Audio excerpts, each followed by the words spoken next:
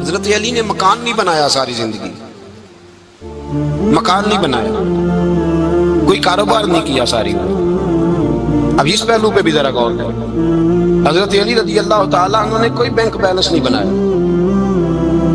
صحابہ کرام علیہم رضوان فرماتے ہیں بڑے بڑے رشتے آئے سیدہ فاطمہ کے لیے، بڑے بڑے امیر کبیر لوگوں، حضور نے فرمایا میں رب کے فیصلے کا انتظار کر رہا ہوں۔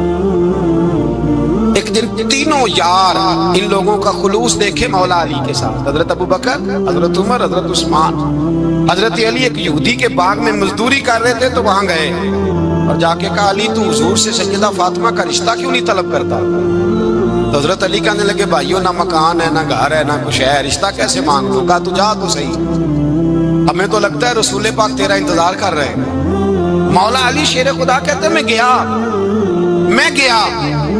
اور جب میں حضور کی بارگاہ میں گیا تو انہوں نے مجھے یار تھے نا، تیار کر کے بھیجا، مجھے لفظ بھی سکھائے کیا کہنے ہیں، لیکن جب میں وہاں پہنچا نا تو میرے اندر طاقت ہی ختم ہو گئی بولنے کی۔ سلام لے کے تو حضور کے پاس بیٹھ گیا، حضور نے فرمایا علی کیسے آئے ہو؟ تو میں خاموش، پھر پوچھا کیسے آئے ہو؟ میں خاموش، پھر پوچھا کیسے آئے ہو؟ میں خاموش۔ کہتے دلوں کا حال جاننے والے رسول نے فرمایا علی فاطمہ کے لیے آئے ہو؟ فاطمہ کے لیے آئے ہو؟ حضرت علی کہتے ہیں میرا جواب بڑا نرالا ہے۔ میں نے کہا حضور وہ تینوں میرے پاس باغ میں گئے تھے، وہ تینوں گئے تھے، مجھے انہوں نے بھیجا ہے۔ کہتے ہیں رسول پاک مسکرا دیے، فرمایا علی انہوں نے نہیں تجھے بھیجا، رب کریم نے فاطمہ کا تیرے ساتھ نکاح کر دیا ہے، تیرے لیے فیصلہ ہو گیا ہے، فاطمہ کا تیرے حق میں فیصلہ ہو گیا۔ حضرت علی سیدہ فاطمہ کو بیاہ کے لے گئے تو حضرت زید بن حارثہ کے مکان میں، کوئی مکان نہیں۔ وہ بھائی تو دولت دیکھ کے بیٹی کی شادی کرتا ہے، سرمایہ دیکھ کے پھر دعا کراتا ہے، دعا کریں اللہ میرے داماد کو ہدایت دے دے۔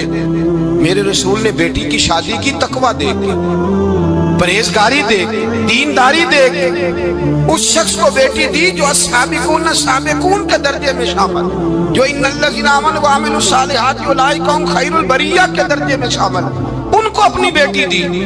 حضرت علی شیر خدا رضی اللہ تعالیٰ عنہ فرماتے ہیں کہ سیدہ فاطمہ الزہرا کو میں بیاہ کے لایا، سارے گھر کے کام حضرت فاطمہ نے کیے، میں مزدوری کرتا 2 گھنٹہ یا 1.5 گھنٹہ، زور سے اثر کے درمیان کام کرتے، 2 کلو کھجوریں ملی تو مولا علی نے اٹھا کے اپنی کمر پہ رکھی۔ باغ کا مالک کہنے لگا علی تھوڑا کام اور کر لو، فرمایا 2 کلو ہو گئیاں بڑی ہیں، 1 کلو میرے بچے کھائیں گے، 1 کلو مدینے کے غریب بچے کھائیں گے۔ تو کہا علی کل کیا کرو گے؟ فرمایا کل جو رب زندگی دے گا وہ روزی بھی دے گا۔ تو بندہ مشورہ دینے لگا، مشورہ بھی ہوتا ہے نا قریب سے، مشوروں والے بھی بڑی خرابی کرتے ہیں اللہ ماشاءاللہ۔ کہا علی جائز پیسے کو کٹھے کر لینے چاہیے، کیا حرج ہے، جائز کٹھے کر لیں۔ شیر خدا نے ایک جملہ کہا پر شیروں جیسا کہہ دیا۔ حضرت علی فرمانے لگے مال حرام ہو تو عذاب ہوتا ہے، حلال ہو تو حساب ہوتا ہے، لہذا نہ میں عذاب والا کام کرتا ہوں نہ حساب والا کام کرتا ہوں، میں کٹھے ہی نہیں کرتا، نہ بندہ حساب کے چکر میں پڑے نہ عذاب کے چکر میں پڑے، میں اس رستے جاتا ہی نہیں۔ مولا کائنات شیر خدا۔ اور بھائی حضرت سیدنا ابو ہریرہ رضی اللہ تعالیٰ عنہ فرماتے ہیں میں جب اس بات کو یاد کرتا ہوں تو آج بھی رو پڑتا ہوں۔ کون سی بات؟ فرمانے لگے میں کوفے کے بازار سے گزر رہا تھا تو مولا علی شیر خدا کوفے کے چوک میں کھڑے تھے اور ہاتھ میں زرہ پکڑی ہوئی تھی، وہ والی زرہ جو بدر میں بھی ان کے پاس تھی، وہ والی زرہ جو احد، حنین، خندق اور خیبر میں بھی ان کے پاس تھی، زرہ پکڑی حضرت علی نے اور شیر خدا کہہ رہے ہوں بھائیو میری زرہ خرید لو، میری زرہ۔ امیر المومنین ہے اس وقت، امیر وقت ہے، بادشاہ ہے کوفے کے بازار میں، او بھائی میری زرہ خرید لو، یہ بڑی نسبت والی ہے، بدر، احد، حنین میں میرے ساتھ رہی۔ اور شیر خدا فرماتے کیا ہیں؟ فرماتے جب علی نے یہ لفظ کہے تو میری چیخیں نکل گئی۔ حضرت علی فرمانے لگے اگر میرے پاس نیا طامت خریدنے کے پیسے ہوتے تو میں اسے کبھی نہ بیچتا، نیا طامت خریدنے کے پیسے ہوتے تو میں کبھی نہ بیچتا۔ حضرت علی رضی اللہ تعالیٰ عنہ نے وہ زندگی گزاری، با پردہ، پرہیزگاری، درویشی، سادگی، ساری زندگی کسی کا شکوہ نہیں کیا مولا علی، بلکہ اعلیٰ حضرت فاضل بریلوی رحمۃ اللہ علیہ کے خلیفہ ہے مولانا ظفر الدین بہاری، انہوں نے ایک عجیب بات لکھی ہے، کہتے ہیں حضور معراج پہ گئے تو وہاں سے ایک جبہ لائے، ایک کمرے میں داخل ہوئے، جنت کے کمرے میں، صندوق کھولا سرکار نے، ایک جبہ نکلا تو کہا اللہ میں لے جاؤں؟ تو رب کریم نے فرمایا بھی مجھے پتا ہے تو لے کے جائے گا پر پہننے کا نہیں، کسی نہ کسی غلام کو دے دے گا۔ کہا مولا وہ تو پھر تیرا فضل ہے۔ رب کریم نے فرمایا محبوب اسے دینا جو میرے راز تک پہنچ جائے، اس کو دینا جو میرے راز تک پہنچے۔ حضور جبہ لے کے آئے۔ علامہ بہاری علیہ رحمہ لکھتے ہیں کہ نبی پاک صلی اللہ علیہ وسلم نے حضرت ابوبکر صدیق کو بلایا، فرمایا جبہ بڑی برکت والا ہے، اسے پہن کر بڑی برکت ملے گی، اگر میں تجھے دے دوں یہ جبہ، اگر تجھے دے دوں تو کیا کرے گا؟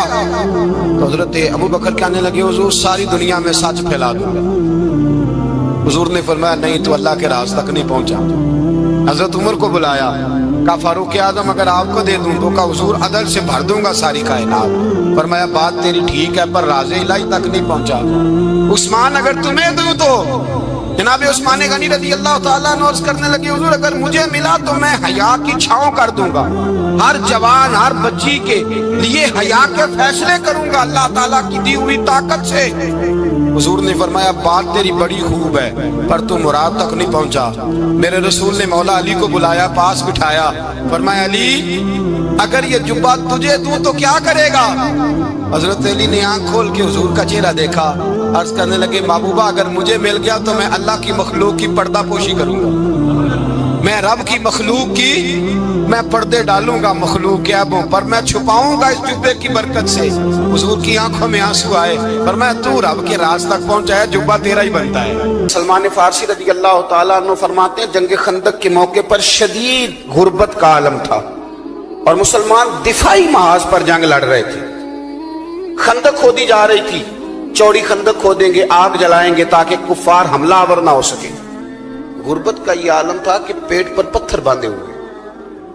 حضرت جابر ابن عبداللہ رضی اللہ تعالیٰ عنہ کان میں آ کے عرض کرتے ہیں حضور میں نے نا آپ کے چہرے پہ نکاہت دیکھی ہے ظاہری، تو حضور 8-10 بندوں کی روٹی ہے تشریف لے آئیں۔ تو حضور نے فرمایا سارے ہی چلو بھائی، سارے ہی چلو۔ کہتے میں گھر دوڑا، بیوی سے جا کے کہا حضور تو سب کو لے کے آ رہے ہیں۔ تو اہلیہ کہنے لگی کہا نہیں تھا کہ 8-10 بندوں کا کھانا ہے؟ کہنے لگے میں نے کہا تجھے تیری ماں روئے کہا تھا، پر حضور نے اعلان کر دیا سارے چلو۔ تو فرمانے لگی بس ٹھیک ہے، اگر حضور نے اعلان کیا ہے تو اللہ رسول ہمیں رسوا نہیں ہونے دیں گے، پھر آپ آنے دیں۔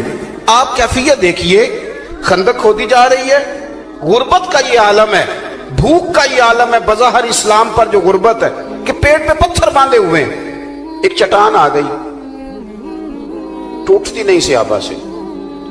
میں علماء سے تو میں نے شروع میں کہہ دیا میرا خطاب ہی نہیں، طالب علموں سے، دینی طالب علموں سے یاد رکھنا مسجد میں خطبہ دینا بھی بڑی شان کی بات ہے، لیکن مسجد کمیٹی والوں کی نہیں ہوتی، مسجد اللہ کی ہوتی ہے۔ رب کا گھر سمجھ کے کبھی جھاڑو دے نا تو بخاری میں وہ حدیث بھی ملتی ہے کہ جو بوڑھی جھاڑو دیتی تھی اور وصال کر گئی، صحابہ نے بتایا نہیں تو اللہ کے رسول نے قبر پہ کھڑے ہو کے دوبارہ جنازہ پڑھا تھا۔ اٹھ فریدہ ستے ہاتھ جھاڑو دے مسیت، تو ستے تے رب جاگدا تیری ڈاڈے نال پرید۔ دیکھیں نا اگر نبی کریم سارے کام دستے مبارک سے کر لیتے ہیں، یہ بھی سنت حضور نے ہمارے لیے چھوڑی ہے۔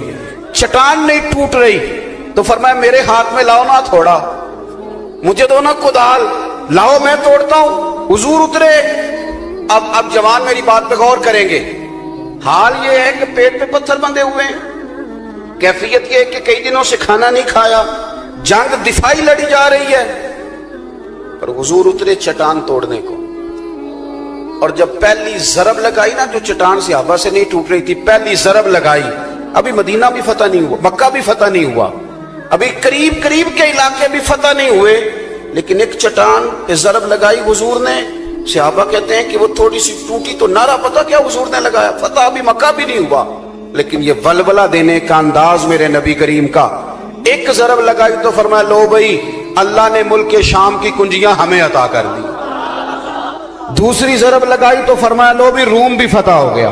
تیسری ضرب لگائی تو فرمایا لو دیکھ لو بھی اللہ تعالیٰ نے یمن بھی دے دیا، ایران بھی دے دیا۔ حضرت ابو ہریرہ کہتے ہیں وہ اعلان وہاں ہوا تھا، کسی صحابی کو میں نے ایک دوسرے کے کان میں یہ کہتے نہیں دیکھا کہ ابھی تو مکہ بھی نہیں فتح ہوا، کسی نے ایک دوسرے سے پوچھا نہیں کہ یہ پیشگوئی کب پوری ہوگی. حضور نے وصال ظاہری فرمایا. جناب ابو بکر صدیق کا وصال ہوا, خلافت کی تکمیل پر حضرت عمر آئے, اور جب روم کی, ایران کی, یمن کی کنجیاں آ رہی تھیں تو حضرت ابو ہریرہ فرماتے میں دیکھ دیکھ کے رو رہا تھا. لوگ کہہ رہے تھے کہ وہ چابیاں آ گئی, ملک فتح ہو گیا, اور مجھے وہ خندق کے اندر ضربیں لگاتے مدینے والے محبوب کی باتیں یاد آ رہی. بھائی آپ آگے تو بڑھیں, آگے تو بڑھیں. یہ زندگی کے اندر ٹھہر جانا, مایوس رہنا, میں کر کچھ نہیں سکتا, ہو کچھ نہیں سکتا. حضور مفتی اعظم ہند شہزادہ اعلیٰ حضرت مولانا مصطفیٰ رضا خان صاحب رحمۃ اللہ علیہ کے سامنے تقریر کرتے کرتے کسی خطیب نے کہہ دیا مسلمان بڑے بد نصیب ہیں, آج پستی میں چلے گئے. تو حضرت فرمانے لگے مولانا ٹھہر جاؤ, جو مسلمان ہوتا ہے وہی تو خوش نصیب ہوتا ہے. جس کو حضور کا کلمہ پڑھنے کی توفیق نصیب ہے وہ بد نصیب ہے. وہ تو کنتم خیر امت ان میں داخل ہے. اور آپ نے یہ کیا کہہ دیا, ان کو خوش کریں, خوشخبری دیں. اس لیے نبی پاک صلی اللہ علیہ وسلم نے حضرت سیدنا معاذ ابن جبل رضی اللہ تعالیٰ عنہ کو یمن بھیجتے ہوئے کہا تھا لوگوں کو خوشخبریاں دینا, مایوس نہ کرنا. تھوڑا سا اپنے اندر یہ شوق پیدا کریں آگے بڑھنے کا. ایک تیسری بات آپ کی خدمت میں عرض کرنی ہے, پھر بات کو سمیٹتا ہوں. خودداری نہ حسن ہے زندگی کا, خودداری شخصیت کا وقار ہے. اللہ کے پیارے رسول صلی اللہ تعالی علیہ وسلم نے نا اپنی امت کو لوگوں کے سامنے ہاتھ پھیلانا امت کا پسند نہیں کیا. ترمذی شریف میں حضرت انس بن مالک رضی اللہ تعالیٰ عنہ کی حدیث موجود ہے. حضور نے فرمایا اپنے دکھ دنیا داروں سے نہ کہنا, نوابوں سیٹھوں سے. اپنے دکھ دنیا داروں سے نہ کہنا, اللہ تمہیں کبھی غنی نہیں کرے گا. فرمایا اپنے دکھ اپنے رب کی بارگاہ میں بیان کرنا, جلدی یا دیر سے اللہ تمہیں ساری دنیا سے بے نیاز کر دے گا. خودداری تھوڑی سی نا زندگی میں پیدا کریں. کچھ بھی نہیں ہے, کچھ بھی نہیں ہے. یہ جو ہم سمجھتے ہیں نا کہ شاید وہ فلاں سیٹ صاحب ناراض ہو گئے تو خدا جانے کیا بنے گا, کچھ بھی نہیں بنے گا. جتنے لوگ سیٹ ہوتے جاتے ہیں, عہدوں پہ جاتے ہیں, اتنے تو بیچارے کانپنے لگتے ہیں. یہ جتنی کرسیوں پہ حکومتیں کھڑی ہوتی ہیں ایک نہ ایک پایا ہل ہی رہا ہوتا ہے, یہ بیچارے پریشان ہی رہتے ہیں. خودداری جوانوں کے لیے بڑی ضروری ہے. ہمارے بچے آنے والی نسل سہارے ڈھونڈنے لگی ہے.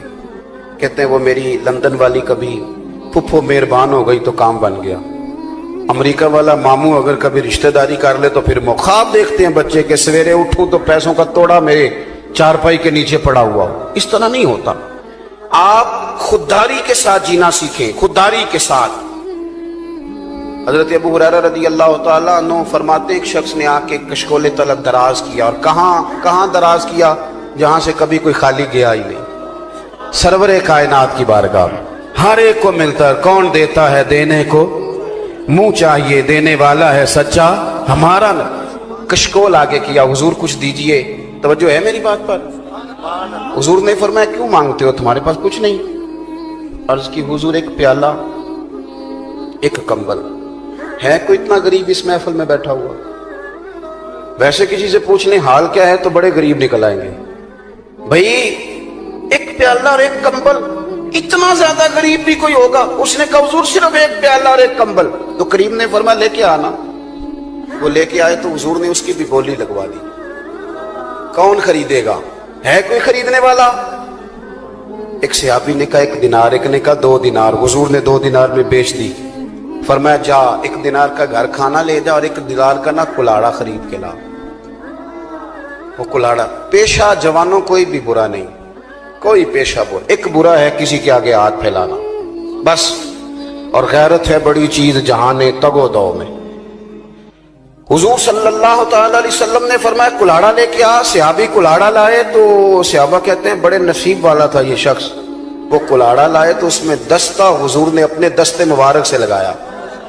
فرمایا جا کے نا لکڑیاں کاٹ جنگل سے, انہیں کاٹ کے بیچ, کھا بھی اور کھلا بھی, پہن بھی اور پہنا بھی, پی بھی اور پلا بھی. جا 15 دن نظر نہ آنا. کہتے 15 دن کے بعد آئے تو حضور نے فرمایا اب کیا حال ہے؟ عرض کی حضور پہلے 1 پیالہ تھا, اب سارے گھر کے برتن بن گئے. پہلے 1 کمبل تھا, اب سب کے لیے بستر تیار ہوگا. آپ کے اندر جب خودداری آتی ہے, جب عزت نفس آتی ہے, لا یسألون الناس الحافا, قرآن مجید نے اصحاب صفا کی تعریف کی کہ وہ لپٹ لپٹ کے سوال نہیں کرتے، وہ دیکھتے ہی نہیں، وہ نہیں یہ کام کرتے کہ کون آیا ہے تو کیا لے کے آیا ہے اور کون آیا ہے تو کیا دے کے جائے، یہ مزاج نہیں۔ حاتم طائی سے کسی نے پوچھا تھا کہ اپنے سے سخی بندہ بھی کبھی دیکھا ہے؟ اس نے کہا دیکھا ہے۔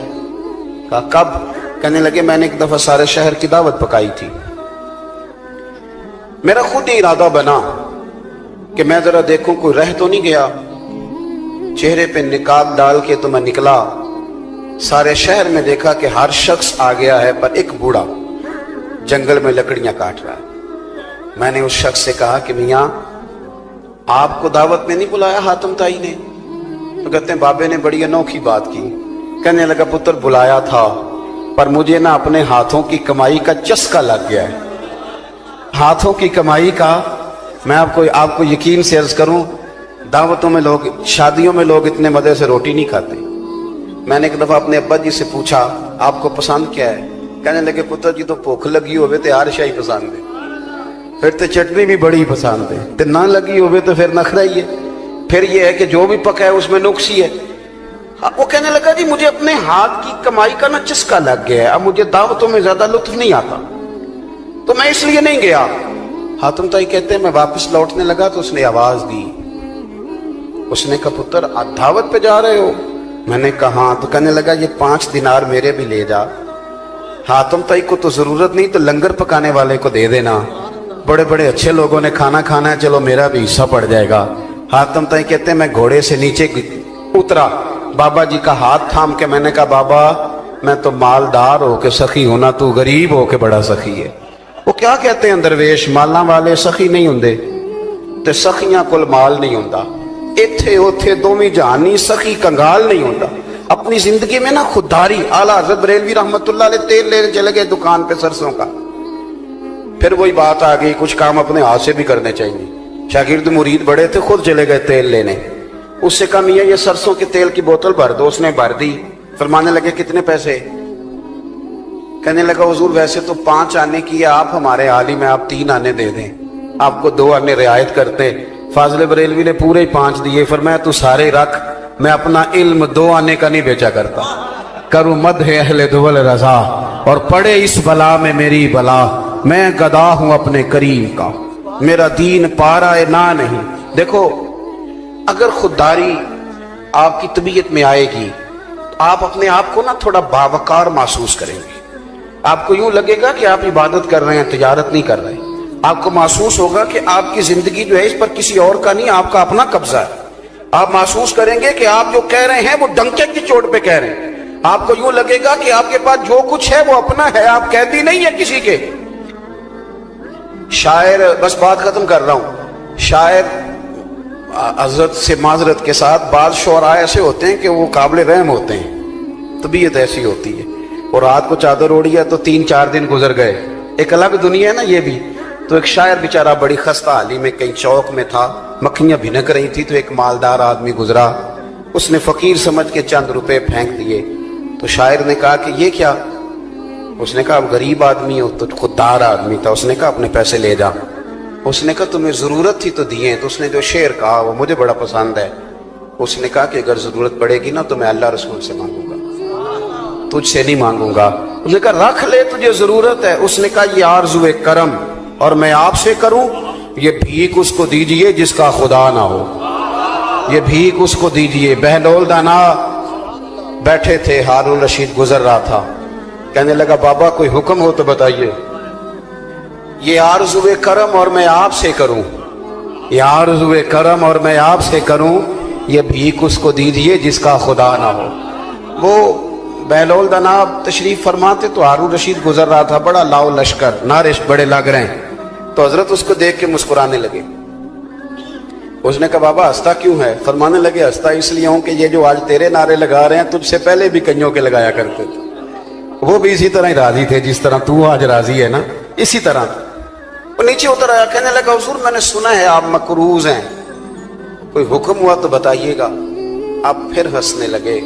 اس نے کہا ہنستے کیوں ہو؟ فرمانے لگے تجھے کس نے بادشاہ بنایا، تو بڑا ہی بیوقوف ہے۔ ایک شخص تھا عمر بن عبد ود، 90 سال کا بوڑھا، لیکن جب تلوار لے کے میدان میں آتا تھا تو 1000 آدمی کے مقابلے میں لڑتا تھا، اور لوگ جگہ جگہ یہ کہتے تھے تو اس طرح ہے جس طرح عمر بن عبد ود لوگوں کو ڈراتا ہے، تو اس طرح ہو گیا۔ یہ اس کے ارد گرد کے لوگ اس کی مثالیں دیتے تھے۔ جنگ خندق جب ہو رہی تھی تو یہ مقابلے میں آ گیا، تو حضرت علی المرتضیٰ شیر خدا کرم اللہ تعالی وجہ الکریم بھی تشریف فرما تھے۔ اب پورے عرب کے اندر اس کے بارے میں یہ کہا جاتا تھا کہ اس سے نہ لڑو، وہ تو خونخوار ہے، وہ تو درندہ ہے، وہ تو جنگلی شیر کی طرح آتا ہے، وہ تو کاٹ کھانے کو دوڑتا ہے، اس سے کون لڑے؟ ایک خیال تھا۔ اور وہ پراپوگنڈا بعض اوقات اتنا زیادہ کسی کے بارے میں ہوتا ہے کہ ذہن میں بچے لوگ آتے ہیں نا بچہ دم کرانے کے لیے، تو کہتے ہیں پیر صاحب بڑا ضدی ہے، کسی کی بات نہیں مانتا، باقی بچے ٹھیک تھے، یہ تو بڑا ہی نالائق نکل آیا ہے۔ تو میں کہتا ہوں کہ آپ اس کے سامنے یہ والی باتیں نہ کریں، یہ پکا ہو جائے گا کہ میں ضدی ہوں۔ تو آپ ذہن بنا رہے ہیں اس کا کہ تو اس طرح کا ہے۔ ذہن بنا دیا لوگوں نے کہ عمر ابن عبد ود کے مقابلے میں کوئی نہیں آ سکتا۔ خندق میں یہ آیا، اس نے للکارا مسلمانوں کو، آؤ وہ تمہاری جنت کدھر ہے جس کے بارے میں تم کہتے ہو کہ ہم شہید ہوں گے، تو آؤ میرے مقابلے میں نکلو۔ جب اس نے پہلی دفعہ للکارا تو ابھی بات ختم نہیں ہوئی تھی کہ مولا علی تلوار لے کے اللہ اکبر کہتے کھڑے ہو گئے۔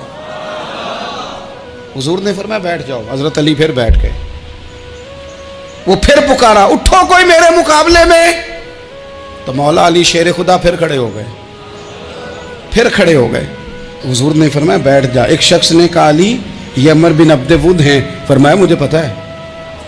نہیں سمجھے آپ بات، میں آپ کو سمجھا کے لایا ہوں پیچھے سے کہ پراپوگنڈا کرتے ہیں نا لوگ، ہو آگے نہ جانا، یہاں کرنٹ بڑا زیادہ ہے، وولٹیج بڑے سخت ہیں، تو آگے نہ بڑھنا۔ بھائی کیا ہو جائے گا، اٹھ باندھ کمر کیوں ڈرتا ہے، پھر دیکھ خدا کیا کرتا ہے۔ حضرت علی تیسری دفعہ اس نے کہا نا ہے کوئی، تو حضرت علی پھر اٹھے۔ اب تو رسول پاک صلی اللہ تعالی علیہ وسلم نے تھپکی دی۔ بعض جگہ یہ ہے کہ حضور نے خود تلوار تھمائی، سر پہ امامہ باندھا، اور حضور نے فتح یابی کی دعا فرمائی۔ حضرت علی گھوڑے پہ بیٹھے نکلے، اور جب اس کے سامنے گئے تو جا کے کہنے لگا میرا پتہ ہے۔ حضرت علی فرمانے لگے تو اپنا چھوڑ، میرا پتہ ہے تجھے، مجھے تو جانتا ہے۔ کہنے لگا میں 1000 کے مقابلے میں اکیلا لڑتا ہوں۔ حضرت علی شیر خدا فرمانے لگے پتہ نہیں تو کن سے لڑتا رہا ہے، جانے وہ کون ہے جن سے تو لڑتا رہا ہے، وہ کون 1000 تھے جو تیرے مقابلے میں آتے تھے، پتہ نہیں۔ تو کہنے لگا میرا نام میری ماں نے عمر بن عبد ود رکھا ہے۔ فرمایا چھوڑ تو، میری ماں نے میرا نام حیدر رکھا ہے۔ کہنے لگا تیری عمر چھوٹی ہے، کوئی بڑا لا۔ فرمانے لگے یہ تو جب پنجے میں پنجہ ملے گا تو پتہ چلے گا عمر کس کی چھوٹی ہے، ابھی تو کہانیوں سے متاثر کرنا چاہتا ہے، تو چاہتا ہے کہ تو پریشر ڈالے اور میں تیری بات سنوں، تو مقابلے میں آ، ڈینگے نہ مار، کہانیاں نہ سنا، دیواریں ہلتی رہتی ہیں اور در کانپ جاتا ہے۔ علی کا نام سن کے اب بھی خیبر کانپ جاتا ہے، تو مقابلے میں آ، تو باتیں بنا رہا ہے، کہانیاں سنا رہا ہے۔ وہ کہنے لگا تو بچہ ہے، میں چاہتا نہیں تیرا خون بہاؤں۔ تو حضرت علی کہنے لگے میں بڑے دن سے پریشان ہوں کہ کسی بے ایمان کا خون بہایا کیوں نہیں، میرا بڑا دل کر رہا ہے تیرا خون بہاؤں۔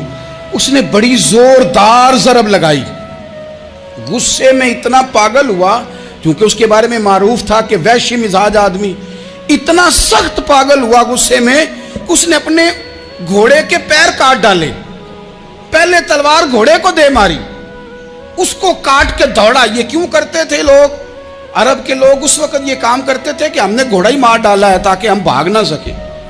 کہتے ہیں نا کشتیاں جلا دی ہیں کہ اب واپس جانے کا رستہ ہی بند ہو جائے، گھوڑے کے پیر کاٹ ڈالے کہ بھاگنا نہیں۔ اور بڑی زور سے اس نے ضرب لگائی حضرت علی پر۔ حضرت علی نے جب روکی تو وہ ڈھال ٹوٹ گئی حضرت مولا علی، اور آپ کے ایک امامے کو اس کی تلوار بھی لگی۔ آپ نے فرمایا دکھا لیا تو نے زور، اب میری باری ہے۔